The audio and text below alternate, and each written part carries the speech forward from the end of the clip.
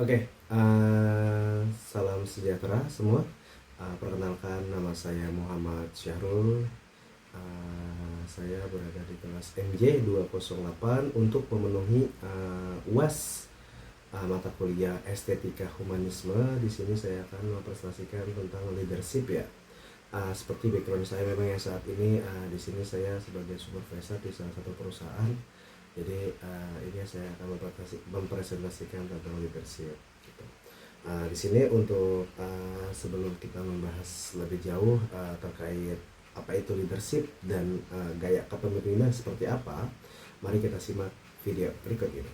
Pemimpin adalah merupakan orang yang memiliki pengaruh. Kepemimpinan atau leadership adalah kemampuan untuk memiliki pengikut. Pemimpin memiliki kemampuan untuk memotivasi, memandu, dan mempengaruhi orang lain untuk mencapai sebuah tujuan.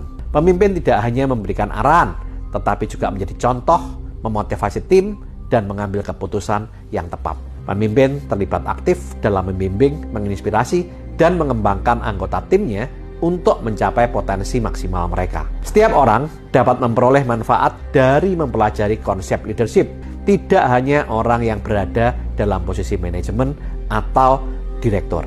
Pemimpin muncul di berbagai tingkatan dan konteks, mulai dari dalam diri sendiri, keluarga, tempat kerja, komunitas, atau dalam kelompok-kelompok yang lain. Setiap orang yang tertarik untuk mengembangkan diri dan mencapai potensi diri mereka secara maksimal bisa memperoleh manfaat dari belajar tentang leadership. Saya akan menjabarkan yang pertama pengertian untuk leadership. Ya, leadership sendiri adalah proses pengaruh mempengaruhi antar pribadi atau antar orang dalam suatu situasi tertentu melalui proses komunikasi. Jadi yang terarah untuk mencapai suatu tujuan tertentu. Jadi ada sebuah instruksi jelas dari seorang pemimpin kepada timnya untuk mencapai tujuan bersama dan melalui proses-proses atau cara-cara tertentu. Nah, di dalam kepemimpinan selalu terdapat unsur pemimpin atau influencer, pemengaruh ya, yakni yang mempengaruhi tingkah laku pengikutnya atau para pengikut-pengikut dalam suatu situasi. Seperti yang sudah saya jelaskan sebelumnya, jadi seorang pemimpin itu memberikan suatu instruksi kepada timnya untuk melakukan proses-proses tertentu demi mencapai tujuan bersama. Seperti itu. Ya, kita lanjut kepada slide untuk selanjutnya. Oke, untuk fungsi leadership sendiri, yang pertama memandu, menuntun, dan membimbing. Jadi seorang pemimpin memang harus bisa untuk membimbing dan menuntun anggota timnya agar bisa tercapainya suatu tujuan bersama. Dalam arti hal, seorang pemimpin tidak bisa hanya menyuruh atau memberikan instruksi yang kurang jelas, tapi juga harus menuntun, membimbing, serta mengevaluasi kepada para timnya ketika timnya sedang pencapaian turun, sedang mengalami downgrade. Itu memang harus bisa memberikan motivasi agar timnya terus berkembang. Untuk yang kedua, memberi atau membangun motivasi kerja. Seperti yang pada poin sebelumnya, seorang pemimpin itu memang harus memberikan motivasi. Ketika ada salah satu tim yang memang dirasa dia menjadi beban, salah satu tim tersebut, itu tidak bisa kita menjudge atau menyalahkan salah seorang tersebut, tapi kita harus bisa memberikan motivasi agar orang tersebut bisa berkembang dan membangun kerjasama dengan tim-tim yang lainnya. Ya. Untuk yang ketiga, mengemudikan organisasi. Menjadi seorang pemimpin memang harus bisa memegang kendali, karena memang diibaratkan dalam sebuah kapal ya, kapal laut. Seorang pemimpin itu sebagai nakodanya, dia yang tahu arah dan dia yang harus mengatur laju cepatnya kapal tersebut. Jadi seorang pemimpin tersebut memang tidaklah mudah, tanggung jawabnya pun juga memang sangat besar. Ya, untuk yang keempat, menjalin jaringan-jaringan komunikasi. Jadi seorang pemimpin tersebut juga memang wawasannya harus luas.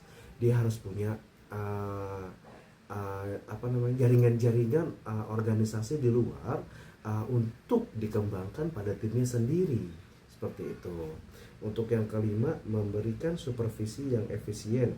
Dan untuk yang keenam, membawa para pengikutnya kepada sasaran yang ingin dituju menurut Kartini Kartono 1992. Jadi membawa para pengikutnya kepada sasaran yang dituju. Jadi memang seorang pemimpin tersebut jika diibaratkan sebagai nakoda di kapal laut, jadi para timnya ini nih sebagai penumpang diibaratkan, dia mengikuti kemana arah kapten untuk apa? Untuk berlayar. Itu jika memang di saat perjalanan tersebut kapten tersebut salah membuat keputusan, salah ambil proses, itu kemungkinan kan kapal laut bisa tenggelam ya, seperti itu. Jadi memang seorang pemimpin tersebut harus bisa memberikan instruksi yang jelas, membuat keputusan yang benar melalui analisis yang sudah dipelajari, dan juga tidak bisa sembarang untuk menjudge seseorang, karena memang jadi seorang pemimpin tersebut harus benar-benar memperhatikan kepada timnya agar mencapai tujuan bersama. Oke, lanjut ke slide selanjutnya. Untuk gaya kepemimpinan.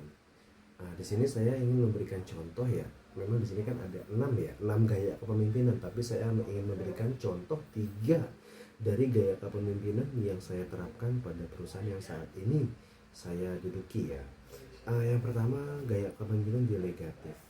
Delegatif sendiri memang proses gaya kepemimpinan yang secara proses kerjanya itu, jadi atasan itu mendelegasikan kepada orang yang dipercaya dan orang yang dirasa mampu untuk mengerjakan tugas-tugas atau pekerjaan-pekerjaan yang diberikan oleh para BOD atau Board of Director. Ya, untuk yang kedua, demokratif.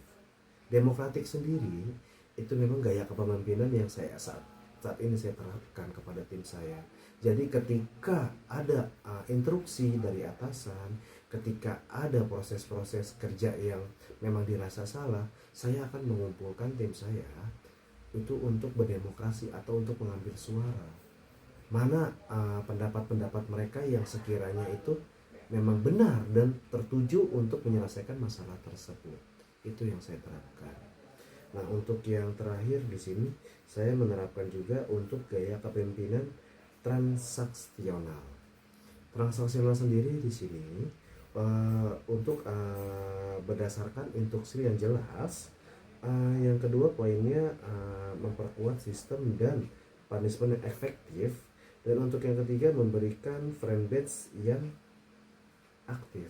Jadi memang di sini untuk transaksional sendiri memang di sini saya terapkan kepada tim saya untuk memberikan instruksi yang jelas. Ketika instruksi turun kepada saya olah untuk teknisnya, untuk cara kerjanya, dan untuk proses kerjanya bagaimana, itu saya berikan kepada tim di bawah saya itu dengan sangat jelas, karena memang keberhasilan suatu tim itu tergantung bagaimana instruksi yang diberikan oleh atasannya kepada timnya. Kalau instruksinya tidak sampai atau tidak jelas, anggota tim juga akan bingung. Mereka harus melakukan apa, seperti itu. Ya, jadi di sini saya punya sedikit quotes atau kata-kata. Saya pernah mendengar suatu kata-kata dari sebuah media sosial. Orang sukses tidak pernah malas, dan orang yang malas tidak akan pernah sukses. Terima kasih. Saya Muhammad Sarul. Salam sejahtera.